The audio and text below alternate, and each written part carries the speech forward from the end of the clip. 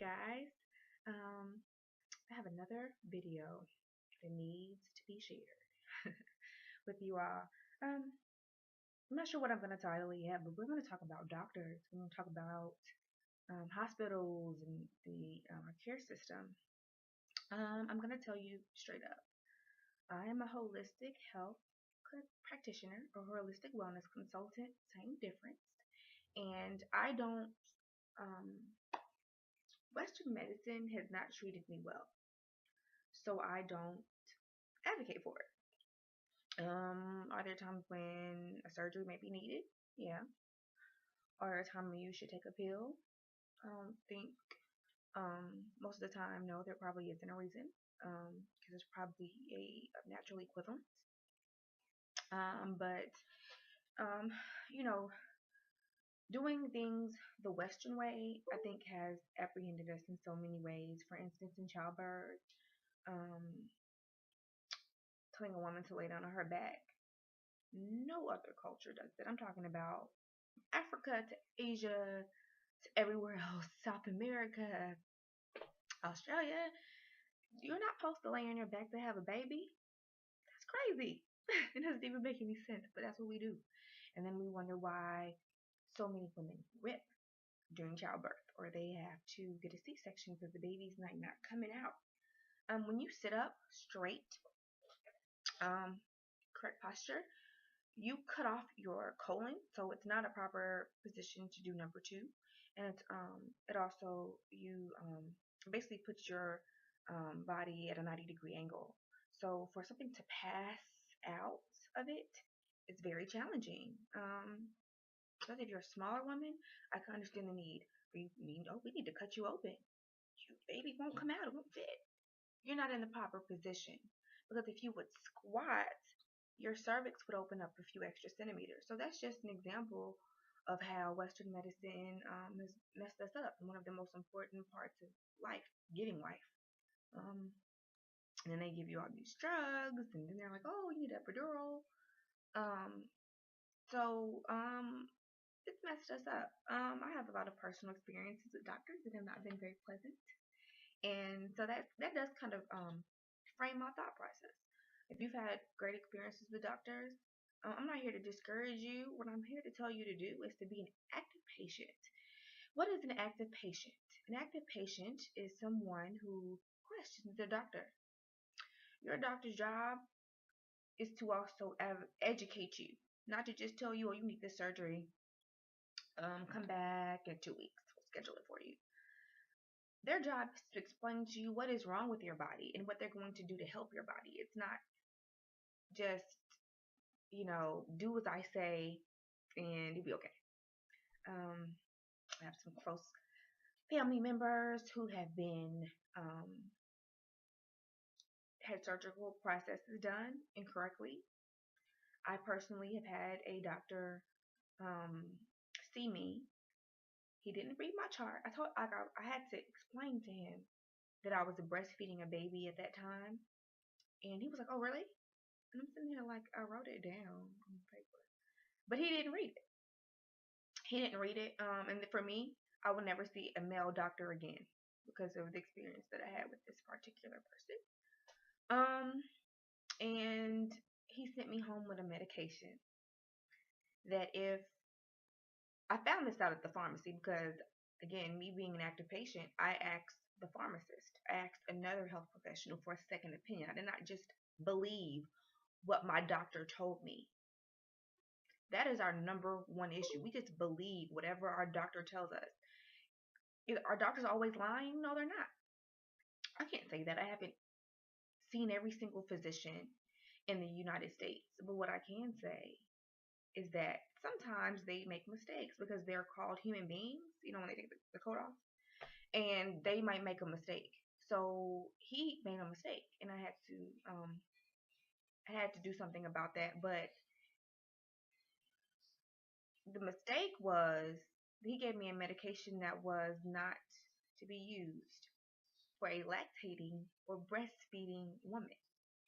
So had I taken this medication and given my child the breast milk, he could have gotten, there could have been some medical issues. with him. This could have affected my entire life. Like there could have been something really bad happen to my baby because I listened to this man who I paid. I paid him now. Gave him a copay. He has my insurance information. I paid him, and he still did not do what I needed him to do. This is why they have malpractice insurance, because they make mistakes. And I'm not saying that, anti doctor. I personally don't go to doctors anymore. I heal myself. But ask questions. Get a second opinion. Um, your doctor may just not know what they're talking about. They might make a mistake. They may actually think they're doing the right thing and it's actually hurting you. Um, and some of that is because it's your fault. I'm gonna tell you why. We have to stop going to the doctor and lying about stuff. Stop lying about your sexual activity. Stop lying about what medications you're taking, because your doctor can't help you if you don't tell them what you're doing. For instance, that's what I learned in my public health career. If you are doing sexual acts with your mouth, oral sex, cunnilingus, fellatio, things like that, you may need to get tested for STDs orally. Orally. They might miss something just doing vaginal or doing a penile examination. You need to be tested orally as well. Gonorrhea of the throat is a real disease. It's a real disease, and it's actually very resistant to treatment. But your doctor can't help you if they don't know what you're doing. Um, Now, on the flip side, some doctors don't ask the right questions. They don't ask questions like, um, if you do actually engage in oral sex, they won't. If they don't ask that question, they won't know to tell you to test you orally, right? So there are issues on both sides. But for you as a patient, always ask for a second opinion. If something does not feel right to you, don't do it.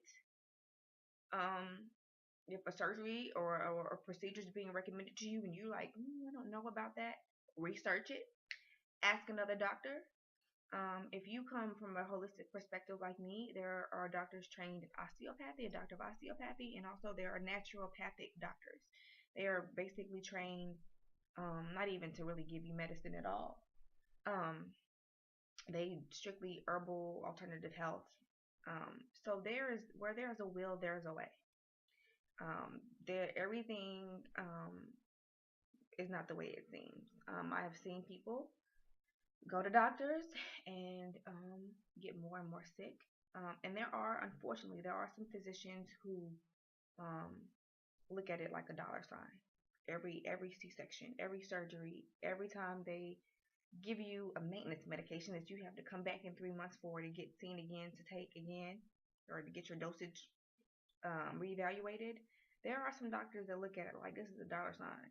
As long as this woman has diabetes, she's gonna keep coming back for her insulin, um, and no one will ever tell her that there are regimens and there are processes that she could take through nutrition to never need insulin ever again, especially if it's type 2. Um, no one's going to tell her. The doctor's not going to tell her that, simply because that cuts out his money. If I'm a physician and if I know that you can heal that yeast infection with some herbs and change your diet, but I can keep you coming back here every couple of months because your vagina is itching and is having all these other issues. If I can keep you coming back to get those little pills to pretty much erase all of your flora, your natural probiotic, and keep you messed up, because this is also, once you take these pills, it's gonna mess up your digestive system too. So now you need me because you can't go to the bathroom, you're bloated, and now you have female problems. I can just keep milking you. Um, and then there are also doctors who just don't know. They don't know that there's a natural cure for certain things, or they don't know.